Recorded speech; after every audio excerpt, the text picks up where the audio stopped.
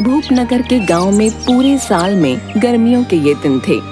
हरी के खेत में इस बार तरबूज, खरबूजे और ककड़ियों की काफी अच्छी फसल हुई थी। नील गाय से खेत की रक्षा के लिए उसने खेत के किनारे एक झोपड़ी डाल दी थी और रात के समय उसी झोपड़ी में सोने लगा। एक रात पड़ोस के गांव में कठपुतलियों का नाच हो रहा था। हरी के दोस्त उसके पास आए और सभी ने हरी से चलने को कहा। हरी, तुम खेतों में बैठे हो? तुमको हमारे साथ चलना चाहिए भाई। मुझे भी नाच देखने जाने का मन है, मगर जाऊं कैसे? हरी को नाच देखने की इच्छा हुई, लेकिन जाए तो कैसे जाए? मन तो मेरा भी है, मगर पीछे से कोई आ गया और फसल को खराब कर दिया तो? अरे कोई नहीं आता यहाँ पर है? तू चल हमारे साथ, आज तो मजा करेंगे। इतने दिन बाद तो नाच हो रहा है। खेत पर किसी के ना होने से गीदड़ और दूसरे जानवर खेत को चर जाएंगे। चलो जैसे तुम्हें सही लगे भाई, हैं? हम लोग तो जा रहे हैं, तुम बैठो खेतों की रखवाली में। है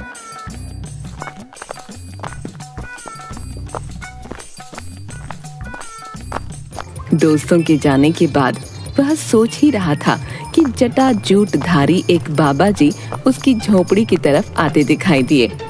देखकर हरी खुशी से उछल पड़ा, बाबा को झोपड़ी में बिठाकर। महाराज जी, आप इस कुटिया में आराम करें।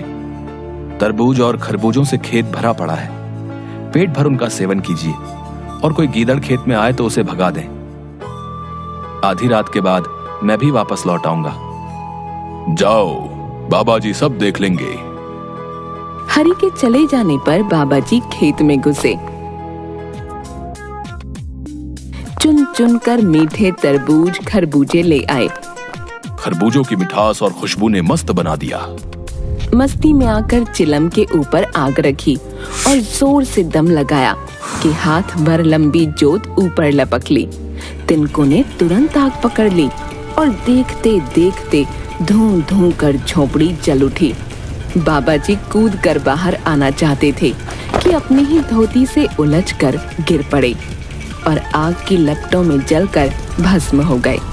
गांव वालों ने जब घास के ढेर से निकलती हुई लपटों को देखा तो खेत की तरफ दौड़ आए। हरी को आवाज लगाई। अरे देखो, हरी की झोपड़ी में आग लग गई है। जाओ उसको कोई अंदर देखो, कुछ हो तो नहीं गया। हाँ, वो पिछले 3 दिन से यहीं रह रहा था। देखो कहीं मर तो नहीं गया। तुमको हर किसी को मारना ही होता है, जब देखो दिमाग में यही रहता है तुम्हारे। हरी का कहीं कोई पता न था। सबके होश उड़ गए। शायद वो भी झोपड़ी के साथ जल गया है। उसके बड़े भाई ने बांस का एक डंडा उठाकर जलती आग को कुरेदा तो उसमें से लाश निकल आई। ये किसकी लाश है? लगता है ये हरी की ही है। देखकर घर वालों में रोवा पीटी मच गई। हरी को जला हुआ पाकर गांव के लोग दुखी हुए। उसके माता पिता, भाई बहन छाती पीट पीट कर रोने लगे। हे भगवान, ये क्या हो गया? मेरा बेटा हरी जल गया। हमें हरी का अंतिम संस्कार करना होगा। हाँ, हमें बहुत अच्छे से करना होगा ताकि इसकी आत्मा भटके नहीं। हाँ भैया, हरी बहुत अच्छा था। उसको इस जलती आग ने मार दिया है, इसलिए उसको अच्छे से विदा करना होगा। फिर तो हरी का अंतिम संस्कार करने के बाद ही वे घर लौटे। रात के तीसरे पहर हरी जब खेत पर आया तो देखा झोपड़ी राख बनी है, घास का ढेर भी फूक चुका है। उसे बाबा जी पर बड़ा क्रोध आया। कमबख्त खरबूजे को खा गया और जाते जाते झोपड़ी में आग भी लगा दी। घर के लोग अब क्या कहेंगे? सोचता हुआ वह गांव की ओर चल पड़ा। जल्दी से अपने चौपाल के पास जाता हूँ। उसने देखा कि गांव के लोग शोक की मुद्रा में चुपचाप बैठे हैं। बीच में हुक्का पड़ा है और लोगों की आंखें आंसुओं से भीगी हैं। वह समझ न सका कि लोग क्यों मौन बैठे हैं। चौपाल के एक किनारे पहुंचकर हरी ने अपने भाई को आवाज दी। भैया सुनो, इधर आओ, मुझे तुमसे कुछ बात करनी है। कौन है? कौन है जो मुझे आवाज दे रहा है? हरी को देखते ही लोग चौंक उठे। एक ने चिलम उठाकर उस पर दे मारी। हरी कपड़े झाड़ने लगा। भूत आ गया। भूत? कहाँ आया भूत? कहते हुए लोग भाला और लाठियां लेकर उसके पीछे दौड़ पड़े। मारो मारो, भूत आ गया। लोगों को अपने पीछे भागते देख हरी तीतर की चाल हो गया। अरे ये लोग तो मुझे मारने आ रहे हैं, जान बचा कर निकलो यहाँ से अभी। हरी ने भागकर अपनी जान बचाई। वह समझ न सका कि लोग उसे क्यों खदेड़ रहे हैं। जाकर अपने खेत के पास बैठ गया। सूर्य उदय के साथ ही हरी गांव के धोबी घाट की तरफ जा रहा था कि घाट पर उसे एक धोबी नजर आया। उसे देखकर हरी उसकी ओर चल पड़ा। वह धोबी से पूछना चाहता था। सुनो भाई, आखिर बात क्या है? गांव के लोग मुझसे इतना नाराज क्यों हैं? हरी को अपनी तरफ आते देख धोबी ने अपनी गठरी वहीं डाल दी और जोर जोर से चिल्लाने लगा। भूत भूत! धोबी भूत कहता हुआ गांव की ओर भागा। आखिर बात क्या है? लोगों ने उसे क्यों भूत बना दिया है? तभी उसने देखा कि गांव के लोग भाला, लाठियां और जलती हुई लकड़ियां लेकर धोबी के साथ उस ओर बढ़ रहे हैं। चलो मैं दिखाता हूँ कि वो कहाँ बैठा है। चलो चलो, सब साथ रहना। उससे जान ही लेते हैं कि आखिर चाहता क्या है गांव वालों से। देखकर वह अरहर के खेत में घुस गया। कहीं किसी ने भाला फेंक मारा तो मुफ्त में जान गंवानी पड़ेगी। मूर्खों ने जिंदा आदमी को भूत बना दिया है। अभी तक तो यहीं था, कहाँ चला गया? देखो कहाँ है ये। और धोबी, तुमने हरी को यहीं देखा था ना? हाँ देखा तो यहीं पर था, पर पता नहीं अब कहाँ गायब हो गया है। रात को यहाँ से निकलूंगा और जब भैया चौपाल में अकेले होंगे तभी उन्हें बताऊंगा कि मैं भूत नहीं हूँ। जब रात के लगभग 10 बज गए तो हरी डरते डरते गांव में पहुंचा। कोई देख न ले, छिपता छिपाता वह चौपाल के किनारे नीम की आड़ में खड़ा हो गया। मौका पाते ही भैया से बोला, भैया डरना नहीं, मैं भूत नहीं हूँ। हे भगवान, भूत! सुनते ही भैया इतनी जोर से चीखा कि गांव वालों की नींद खुल गई। लोग आकर इकट्ठे हो गए। गांव वालों को देखकर हरी डर गया। भागने में ही भलाई है। वह तेजी से भाग खड़ा हुआ। गांव के कुत्तों ने दूर तक उसका पीछा किया। अरे ये कहां से पीछे पड़ गए हैं? कोई बचाओ इनसे मुझे। अरहर के खेत में घुस जाने के कारण उसकी जान बच गई। पूरे गांव में दहशत छा गई। लोग परेशान हो उठे।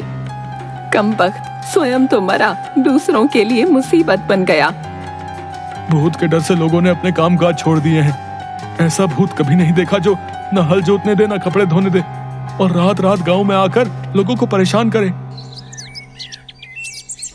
अगले दिन गांव में कुछ सिपाहियों को लेकर एक थानेदार आया। एक डाकू की तलाश थी। यहाँ कौन आ सकता है?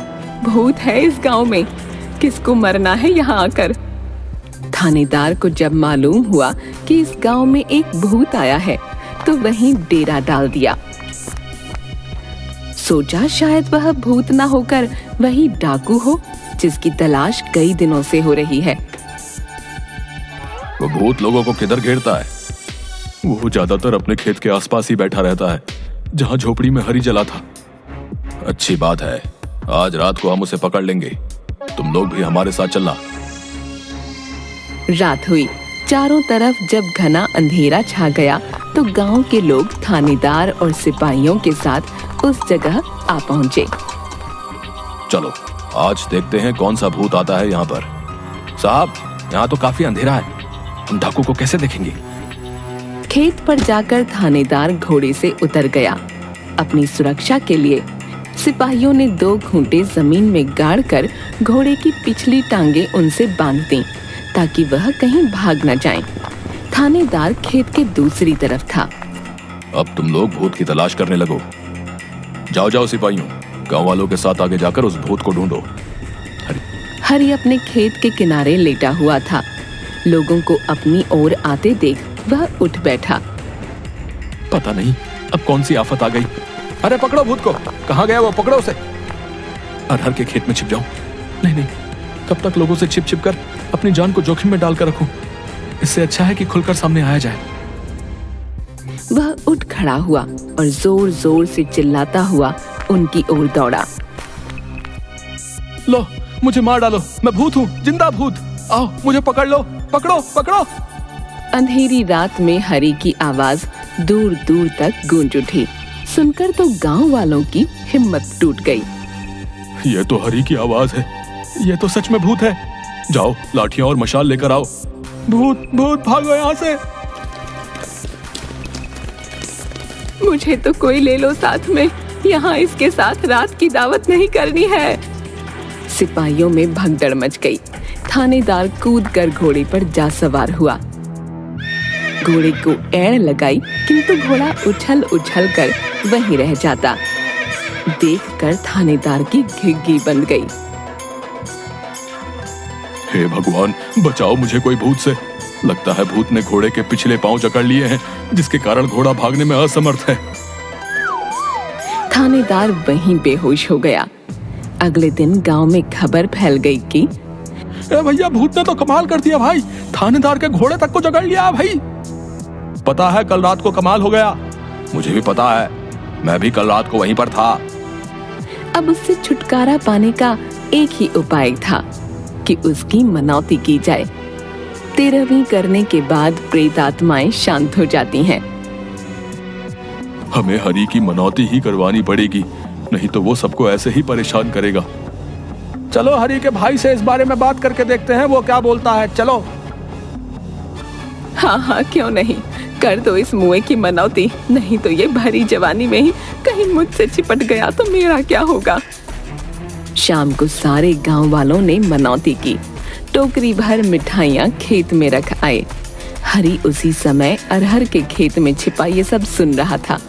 उसका भाई हाथ जोड़कर जोर शोर से कह रहा था, भैया तू चला गया, लेकिन इस गांव के लोगों को माफ कर दे। इन लोगों ने तेरा क्या बिगाड़ा है कि तू इन्हें दुख दे रहा है। 13वीं के दिन हम लोग मिलकर तेरी पूजा करेंगे। तुझे जो चाहिए वो बता दे, लेकिन हमारा पीछा छोड़ दे। हरि इन सब बातों से परेशान हो चुका था। क्यों ना 13वीं के दिन मैं भी वहां पहुंच जाऊं। जाकर देखूंगा कि कौन कौन 13वीं में आया है। जो मेहमान उस दिन नहीं आएगा, उसी के घर जाकर अपनी विपदा सुनाऊंगा। उसे बताऊंगा कि मैं हरि हूं, मैं मरा नहीं हूं। मेरी जगह एक बाबाजी उस झोपड़ी में जल गए थे। 13वीं के पहले आधी रात के बाद चौपाल के घने नीम पर जा चढ़ा। उसी नीम के छत्र में मृतक के क्रियाकर्म के बाद मेहमानों को भोजन कराया जाने लगा। तरह तरह के पकवान परोसे जाने लगे। देखकर हरि के मुंह में पानी भर आया। क्या बात है, जो खाना जीते जी किसी ने नहीं पूछा, वो मरने के बाद देखो कैसे खिला रहे हैं। उसने देखा सभी लोग दावत उड़ाने आए हैं, केवल उसकी छोटी लड़की के ससुर नहीं हैं। रात को जब सभी सो गए तो वह भी नींद से उतर आया और अपने रामू के गांव की ओर चल पड़ा। सवेरा होने तक वह रामू के पास पहुंच गया और अपनी कहानी उसे सुना दी। भूत भूत, भागो यहाँ से। अरे सुनो समधी, मैं हूँ, डरो मत, मैं हरि हूँ, भूत नहीं। अरे ऐसा कैसे हो सकता है, तुम तो मर गए थे। सुनो, पहले मुझे खाने को दो, काफी दिन से कुछ खाया नहीं है। सुनकर रामू ने हरि की आवभगत की। अच्छे से पेट भर खाओ, उसके बाद चलते हैं तुम्हारे गांव। खाना खिला पिलाकर अपना तांगा तैयार करवाया और हरि को लेकर उसके गांव पहुंचा। उसके माता पिता और गांव वालों ने रामू के साथ जब हरि को देखा तो लोग चकित रह गए। रामू ने सारी कहानी सुना दी। गांव के लोगों ने हरि को गले लगा लिया और अपनी मूर्खता और जल्दबाजी पर बहुत लज्जित हुए।